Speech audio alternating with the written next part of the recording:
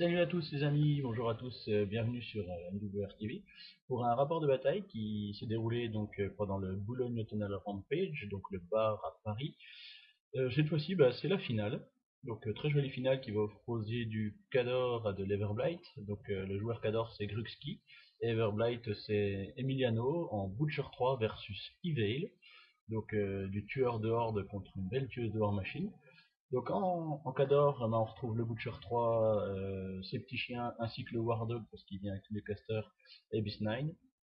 Des Manowar Shock Troopers en max, donc 5 figurines, les Iron Fang en version Black Dragon pour avoir le Iron Zeal en minifit, deux Iron Fang Kovnik pour permettre aux Manowar et aux Iron Fang Black Dragon de bouger de 2 pouces supplémentaires tout en se mettant en shield wall. Eris 2, le Beaucourt, Madeline Corbeau qui va permettre au Butcher de courir plus vite, enfin de bouger plus vite. Kelbeloche, Saxon Rick et Gorman Divulf. Donc là, ça fait un bon gros pool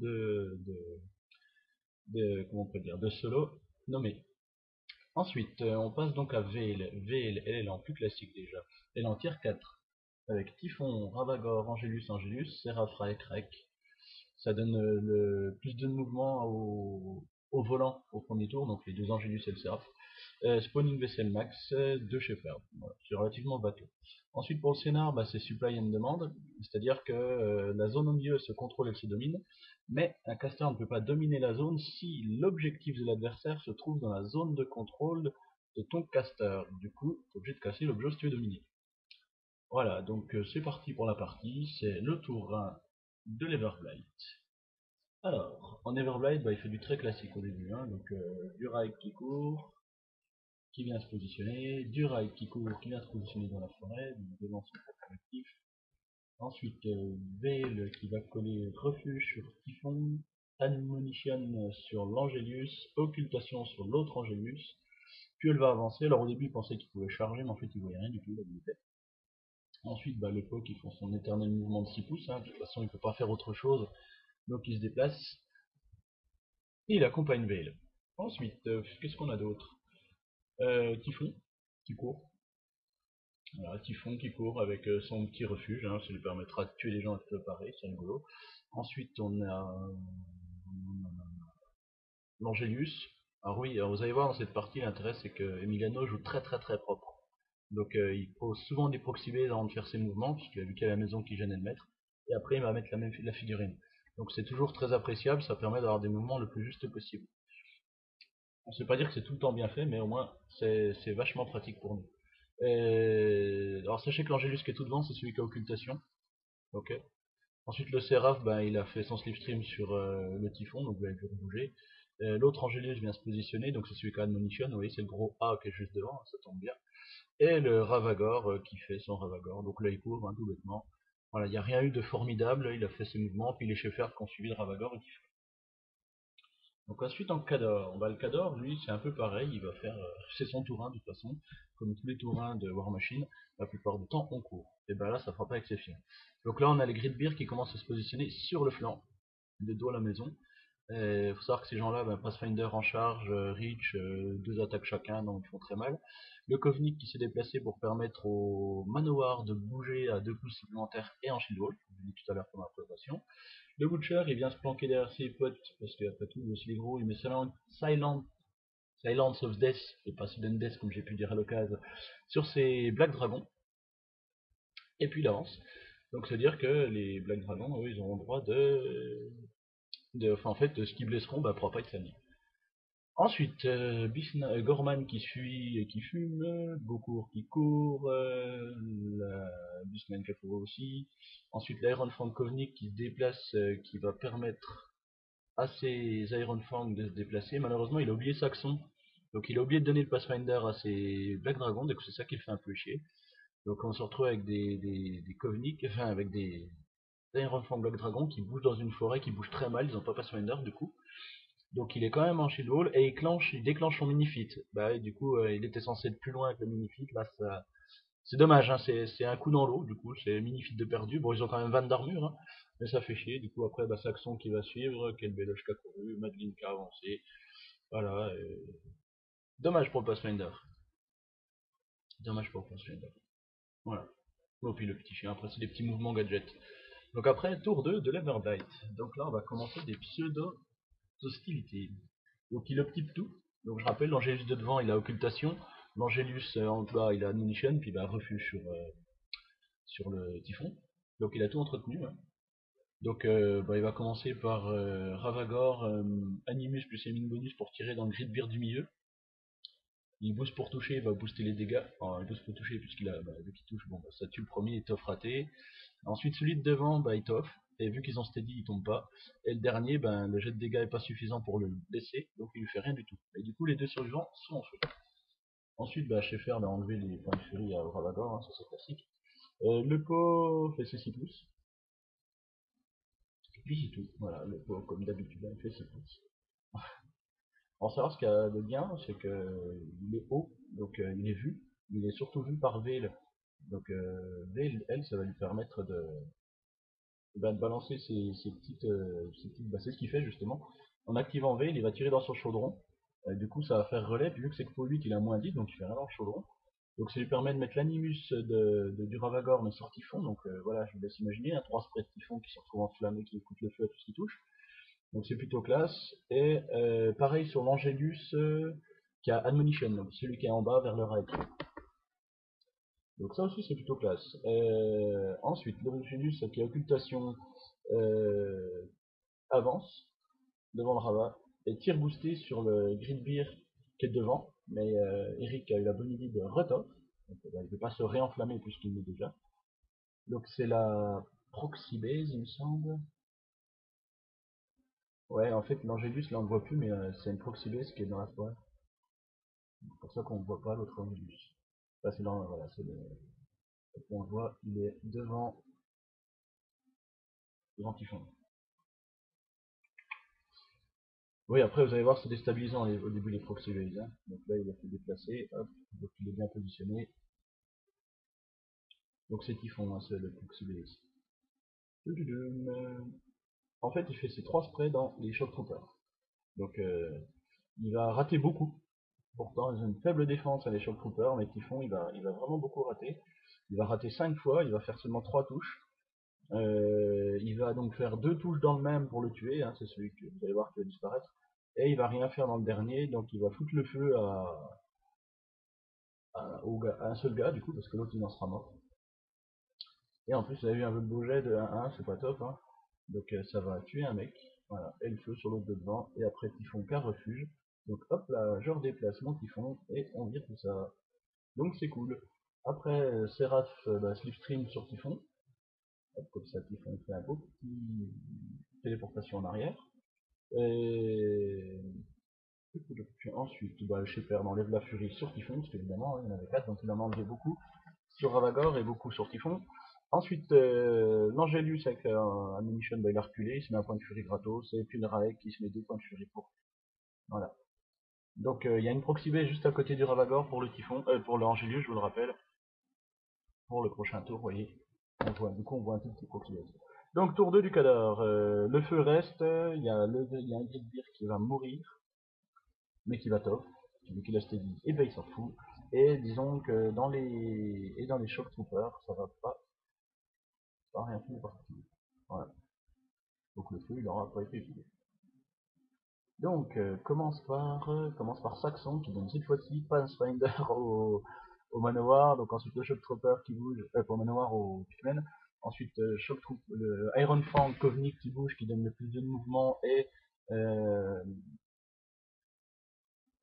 putain, j'ai du mal avec ce mot, avec Shield Wolf, voilà, comme ça lui fait son 16 d'armure, 17, 16, 17, là, lui, il a dit 17, parce qu'il avait 21 tout à l'heure, ouais, c'est ça, j'ai dit une petite bêtise. Ensuite, Black Dragon avance en Shield Wall, ça c'est dit. Donc Beast 9 a couru, donc c'est gratuit. Ensuite, les Manowar avancent aussi en Shield Wall, et cette fois-ci profiter un petit peu du mur, avec celui qui est tout devant qui a le feu. Et celui qui est derrière qui a le feu aussi. Parce qu'il a quand même fait quelques touches. Butcher 3 avance, Silence of Death sur sur les 2 Gridbeer survivants. Alors faut savoir que le Gridbeer qui est mort, c'est celui qui donne Relentless Charge. Voilà, c'est important à savoir. Donc il y en a un qui donne steady, il est toujours là. Mais celui qui a Relentless Charge, il est mort. Et donc celui qui a Vision en 360 est toujours en vie aussi. Le Bocure a suivi, donc il faut savoir que le reste de Butcher regarde. Gorman avance, fume. Madeline, bah, elle suit son mari, enfin son Mac. Kelbelock a couru, et on arrive au Gridby pour faire charge-course sur l'Angélus. Donc là, vous voyez, il a bougé avec son Gridbeer le premier. Pour l'instant, il s'est pas rendu compte qu'il avait pas rentré les charges. C'est Emiliano qui lui demande lequel est mort, et c'est là il réalise qu'il a perdu dans la charge. Et vu qu'il n'avait pas fait son mouvement complet, ils ont estimé qu'il était encore à distance. Ce qui est plutôt fair play de la part de Emiliano, parce qu'on aurait pu être casse-pied. Puis en fait, c'est vrai qu'avec Rich, la totale, bon, ils ont réussi à peu près à retrouver l'emplacement. C'est con, hein, j'avais la vidéo pour le voir. Hein. Donc, l'Angelius qui va prendre la dose, hein, la sauce. Il va se prendre 4 touches dans la tronche, malgré son 14 de def. Mais bon, il démarre haut, hein, grille de 208, hein, je crois. 4 attaques, donc 8 points de vie, 5 points de vie, 10 points de vie, puis bah t'es mort, et hop, dégage, au revoir Angelius. C'est toujours ça de prix, et c'était gratuit. Et puis bah, pour le coup de Grid Beer.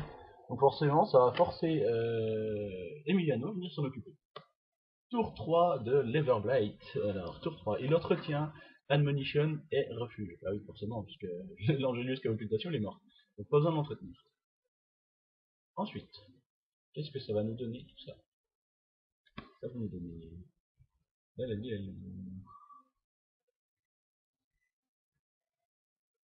ouais, alors attention, hein, proxy base de l'Angelius, c'est celui qu'Admonition.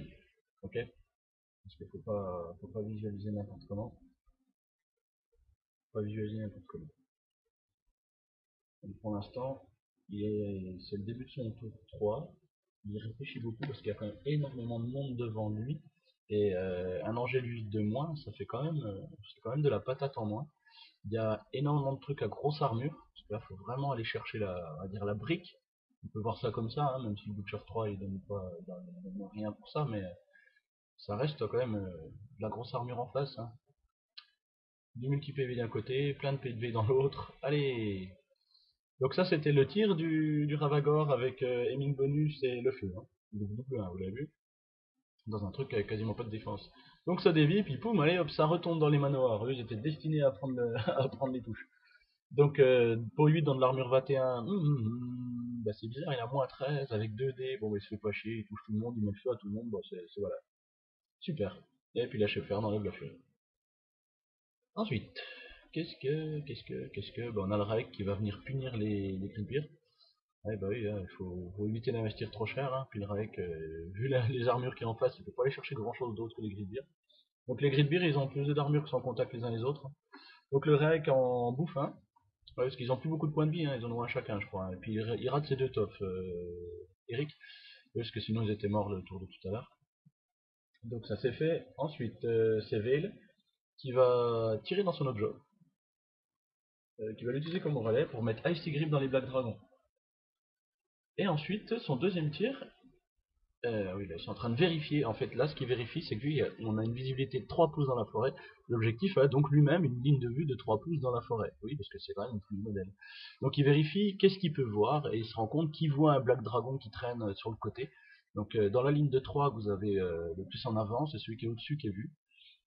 Donc c'est comme ça qu'il va faire sa petite truc. Donc il tire dans son objectif. Alors ça c'est un truc à savoir, hein, quand vous jouez contre Evil, elle tire très souvent dans les objets, parce que les objets ils ont 360 degrés de vision, et donc quand elle tire dans un objectif avec son petit homunculus, ça lui permet de channeler, enfin faire du relais à travers ça, un arcnode en gros. Du coup, 360 degrés, bah, ça lui permet d'avoir une belle vision, et en plus les objets étant de la taille d'un heavy, et ben c'est vu de très loin, enfin, c'est vu quoi. Donc faut faire attention à ces petites blagues. Quand vous laissez vos casters trop près de vos objets, vous risquez de prendre des coups dans la tronche pour rien. Donc que ce soit PV ou IV, évitez de rester trop près des objets. Bref, là elle exploite le sien pour faire de l'icy grip, et ensuite, après l'icy grip, elle tire dans son pot pour pouvoir utiliser l'animus du Ravagore et donner à Typhon le droit de donner le feu. Ensuite, c'est le Séraph, là j'ai un peu oublié, il a fait son healing bonus, il a fait son strafe, il a tué 2 Black Dragons. Donc ça ramasse 2 corpse tokens pour le pot. D'où les 2 points de furie sur ça. Ouais, j'étais un peu pris dans mon explication, je suis désolé. Et à partir de là, donc vous pouvez que Veil, elle est quand même plutôt bien planquée, qu'il est très très très retranché. Là, faut faire gaffe parce que à tout moment, Eric va pouvoir commencer à contrôler cette zone. Et ça va faire chier pour son adversaire. D'ailleurs, faudrait que je vérifie, mais c'est le tour 3 de Légion. Peut-être qu'Eric a déjà un point. Ah non, il y avait le Rai qui contestait avant la charge. Avant la charge, il contestait. Enfin bref. Du coup, qu'est-ce qu'il va faire ensuite? Il va faire, eh ben, étant donné qu'on a un certain Typhon qui a un animus de feu, eh ben, Typhon il va se faire plaisir. Il va se faire plaisir. Donc là, il fait ses mesurées précises de Typhon pour pouvoir utiliser au mieux son souffle. Alors vous avez vu qu'il a fait 2 mouvements, en fait il n'en a fait qu'un, c'est jusqu'à la fin de son... Il segmente son mouvement pour pouvoir voir précisément quelle distance il doit parcourir et il l'annonce à son adversaire évidemment. Donc là il balance 3 sprays, donc il vise le premier, il vise vraiment la gomme de Black Dragon. Donc il fait tous les jets pour toucher, puis tous les jets pour blesser, lui c'est un peu comme Warhammer 40 000, mais au moins il fait les jets pour toucher, on sait qu'il est pris, puis après il fait des dégâts. Bon, c'est aussi parce qu'il booste pas, hein. Sinon vous n'avez pas le droit de faire ça. Vraiment c'est touche, dégâts, touche, dégâts. C'est juste ça, plus vite. Donc le Typhon, il va quand même faire un total de 3, 4, 5, 6 morts dans les Black Dragons, ce qui est plutôt cool. Et si je me souviens bien, parce que là il est pas parti avec ses petits tokens qui sont restés dans le Ravagor, mais en fait sur un Typhon, il a refuge hein, ce monsieur. Hein. Donc après faire plein de morts au milieu des Black Dragons, bon il va rater l'officier, mais après avoir fait plein de morts là-bas dedans, il va se réfugier. Donc il va dire, bah écoute je me casse. Allez, salut. Donc là, on est d'accord, 6 morts plus 2 du Seraph, ça fait 8 morts dans les Black Dragons. Bah, il nous reste plus que 4, hein, c'est moche. Il nous reste plus que 4. Ensuite, le pot. Alors là, c'est les petits gens. Donc là, normalement, dans le pot, il y a que 2. Non, ils sont les 3. Il y a 3 corpses. Oui, parce que dans les morts, il y en a un troisième corpse. Donc là, il bouge les membres du pot et il va créer un petit chien. Lequel, attention à votre avis, réfléchissez bien. Oh, un Stinger, non, sans blague, c'est souvent lui. Hein. Et le Stinger, boum, il va foncer dans les manoirs, étant donné que c'est du Living Model, bah, ça permet d'avoir 4D, ce qui l'empoisonne le Stinger, mais ça lui bouffe tout son body de faire ça. Oui, bah oui, il perd 4 points de vie en gros à avoir son poison. Il faut savoir que c'est empoisonné, même quand il. Enfin, empoisonné que dans les Living Model, mais même s'il tape dans un truc non living, il se bouffe quand même tout son body. Donc c'est en gros dès qu'il tape en mêlée, le Stinger, faut pas l'oublier, il perd ses 4 points de vie. Et puis là, ben, Stinger, il a buté le truc qu'il a chargé. Ça, c'est courant. Ça enlève un manoir, ça laisse reculer. Raik, il est super courageux. Lui, il charge Beast9 carrément. Et son attaque de charge, un point de vie dans Beast9. Wouhou. Ensuite, il tue le Black Dragon d'à côté. Ça fait encore un Black Dragon de moins. Et il rattaque Beast9 et il refait un point de vie parce qu'il a un peu de la chatte. Il fait à chaque fois, il a fait peau 12, armure 19, armure 20. Il fait 9 et 9. Donc il y a un corpse token dans le. Ouais. Alors attention, c'est toujours proxy base pour l'Angelius que vous voyez en dessous. C'est toujours proxy base. Donc là, il s'acharne vraiment dans les Black Dragons, il les rase tous. Mais comme je disais, un proxy base, donc il est collé à son objet et au pot. Et l'officier est mort dans les Black Dragons. Voilà, vous voyez, il n'y a plus de Black Dragons. Ils ont tous fait le saut. Le feu a tué les 2 Black Dragons qui restaient. Hein. Donc là, il garde tout sur Butcher, Eric. Et on va appeler ça le tour spécial Butcher 3 que vous voyez avec Butcher 3 de manière assez récurrente. Surtout quand on tombe contre de l'Everblight qui joue Mass Beast. Là, Butcher il va faire ce qu'il aime faire. Donc déjà, il gagne le droit de bouger grâce à Madeline Corbeau, parce que dans la distance de commandement de Madeline, je crois que c'est 10 pouces, il y a un ennemi, donc le Stinger. Donc ça permet de désigner une figurine, non Jack Beast, donc ça va être un Warrior modèle je pense, pour qu'il bouge de 3. Voilà. Donc ça permet à Butcher de bouger de 3 pouces gratos pendant la phase de maintenance. Sachant que si jamais un de ses chiens était mort, ça ferait ça en plus. Alors, ensuite, l'Iron Fang a avancé, a donné son ordre au manoir pour que les manoirs puissent bouger en chigo. Kelbeloche a tiré sur un grunt du. Ah non, pas encore. Kelbeloche se déplace. Hop. Boum, boum, boum. Oh, je vois un membre du pop. Boum, allez, je tire dessus. Et je le tue. Wouhou. Alors, Kelbeloche, il est bien quand il bouge pas. Parce que quand il a une bonus, il fait un tir additionnel. Sinon, s'il est obligé de bouger, bon bah voilà, il fait un 1. L'intérêt, c'est qu'il peut dire 1 automatique. Il n'a pas besoin de faire le jet de dégâts, il peut dire je fais 1. Ensuite, Eris avance, tire sur un membre du pot, mais, il n'a pas encore bougé Eris, hein, je suis désolé. Elle est cachée derrière la maison, donc là pour l'instant vous la voyez pas. Ça fait un petit moment qu'elle est planquée là derrière. Mais c'est vrai que là, cette partie, j'ai pas fait beaucoup de coupures d'image, donc il y a les moments où ils réfléchissent de manière intense, et donc forcément, je peux pas trop dire ce qui va se passer. Et toujours est-il que là, la configuration de la table, vous imaginez pas trop ce qui va se passer. Bien que je vous ai donné un indice, hein, Butcher 3 va faire son Butcher 3, donc il risque d'y avoir quelques victimes durant le tour. Mais c'est pas aussi évident que ça au départ. Donc Eris, elle tente le membre du pot, mais en fait elle a à peine plus de 12, elle tire à 12. Donc tant pis. Alors s'il fait ça, c'est pour se faire un petit peu de chemin, hein, pour se déblayer le chemin, parce que les push de Butcher, ils sont... Enfin, c'est vrai qu'il amène tout le monde, donc en fait non, on s'en fout. J'ai rien dit. Des fois je dis des bêtises, hein, faut pas avoir peur. Ensuite, Manowar avance, avec son ordre de shield wall. Je sais même pas si ça sert à quelque chose, parce qu'il va pas shield walliser. Il va entourer son petit chien. Voilà. Et du coup, donc les deux qui sont sortis de la zone, bon ben on s'en fout. Et lui il reste dedans, donc il était dedans, il reste dedans, donc il perd son point de vie d'être passé dedans. Et je crois qu'ils vont... Donc ils vont tuer. Donc le premier va rater le chien, le deuxième va le tuer net, et le troisième va donc tirer avec son bouclier, parce que lui il tire avec du pouce, et il va tuer le membre du pot. Donc le pot il est plein. Hein. Il y a tellement de morts depuis le temps. Donc c'est rare qu'on voit un Manowar tirer avec son bouclier, mais bon, le bouclier a le temps de faire son effet. Et donc il y a bien shield wall entre les deux combattants, c'est toujours ça de prix. Ensuite, un des chiens de Butcher avance. En fait, Butcher va charger, il y a un des chiens qui va courir. Il oublie l'autre chien. Il se précipite un peu dans son mouvement de charge. Il fait son attaque sur le Raek, il va lui péter la gueule. Hein, voilà. Il enlève 12 points de vie au Raek d'un coup. Ah, c'est cool, il en a 20 le Raek. Il a perdu plus de la moitié en une attaque.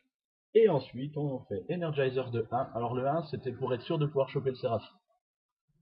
C'est pour choper le Séraph. Parce que vous voyez, en mettant la réglette, il se rend compte qu'il a un peu moins de 6. Donc s'il fait Energizer de 1, il va donc bouger de 1, il va donc un peu moins de 5. Donc Impending Doom, ça va être la foire.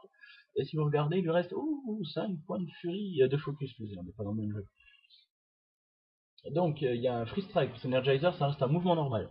Donc Free Strike du Raek dans le Butcher, mais bon, vu qu'il avait perdu... je crois qu'il a perdu tout son body, donc allez moins en dégâts dans un truc, une armure colossale, qui a 5 de focus.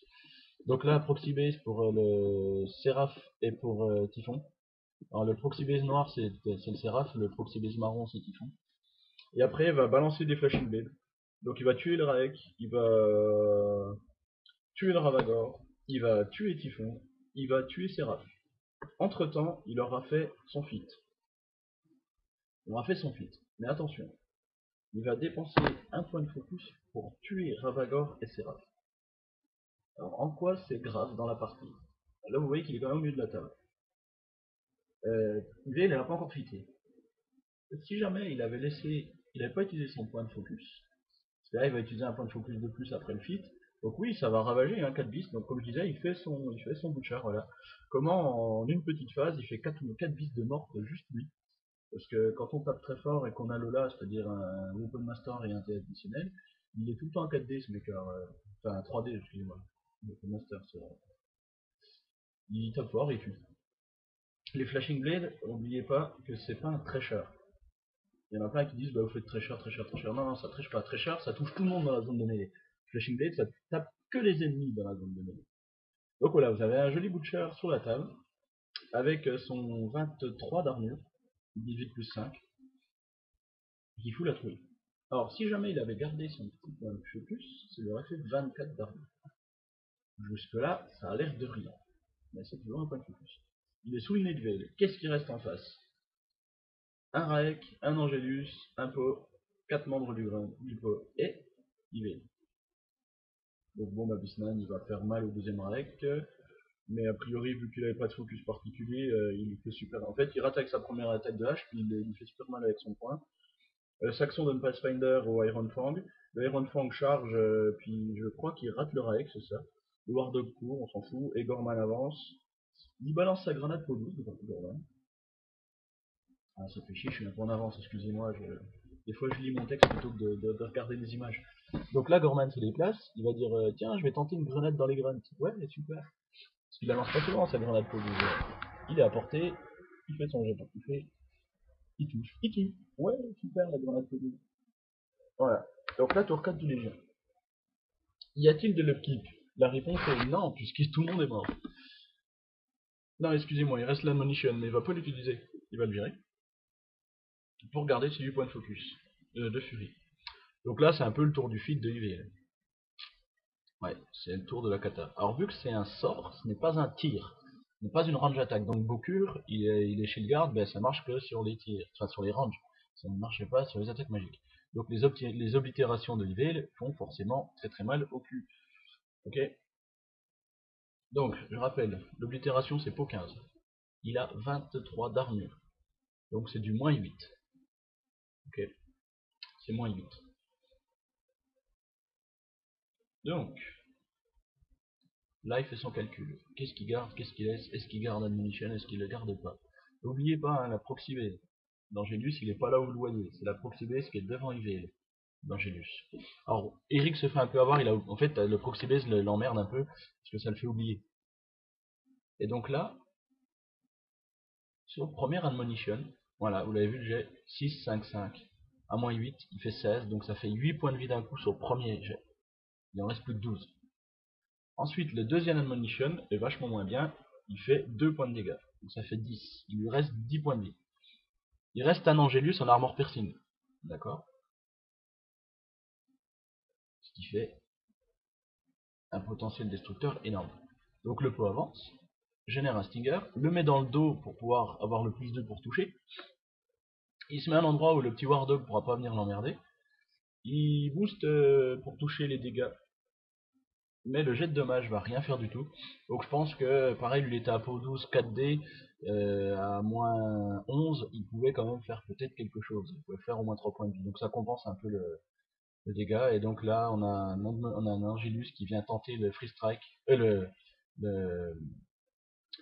l'armor piercing et tue le butcher. Voilà. Alors en quoi ça a été important? On est d'accord que Emiliano, pour tuer le Butcher, il a fait 2 oblitérations, une attaque de Stinger, une attaque d'Angelius. Ça veut dire que s'il avait gardé son point de focus, déjà il aurait été emmêlé avec un Ravagore et un Seraph. Donc, si il restait emmêlé, Vale il aurait eu plus 4 de difficulté pour lancer ses sorts. On est d'accord? Bon, vu qu'il a 14 de base, ça faisait un joli 18 de défense. Ça lui permettait pas de mettre Icy Grip gratos. Parce que oui, je vous l'ai pas dit, mais il a mis Icy Grip. Donc il s'est retrouvé à 12. Plus ça veut dire qu'à 12 de défense, l'Angélus avec son 6 de maths, il a juste à faire un 6 boosté pour toucher. Donc après, son pro 14 dans une armure, si je me trompe pas, à 9 plus 5, 14, bah voilà, il est sans modif. Il devait faire un 10 plus pour tuer. Parce qu'il restait de 10 points de vie. Et il fait son 10 plus à 3D. Donc il tue grâce à ça. En fait, il fait 6, 4, 2. Voilà, il tue comme ça.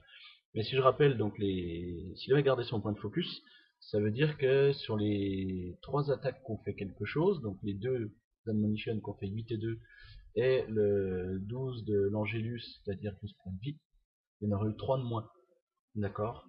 Donc ça veut dire que le Butcher, il lui serait resté exactement 1 point de vie. Parce qu'il y aurait eu 7, 1, donc 8, et à la fin, au lieu de 12, ça aurait fait 11, donc 19. Donc Butcher serait vivant. Et il n'y avait plus rien pour Emiliano, si éventuellement un coup de chat, après il pouvait faire encore une attaque avec l'Angélus, qu'aurait pas boosté pour toucher, il devait faire 6 plus à 2D, puis ensuite booster les dégâts à pot 14 dans de l'armure 23, il aurait été à moins 9, 10 plus à 2D pour tuer. Autant dire qu'il perdait la partie sur ce 1 point de focus de garder sur Butcher.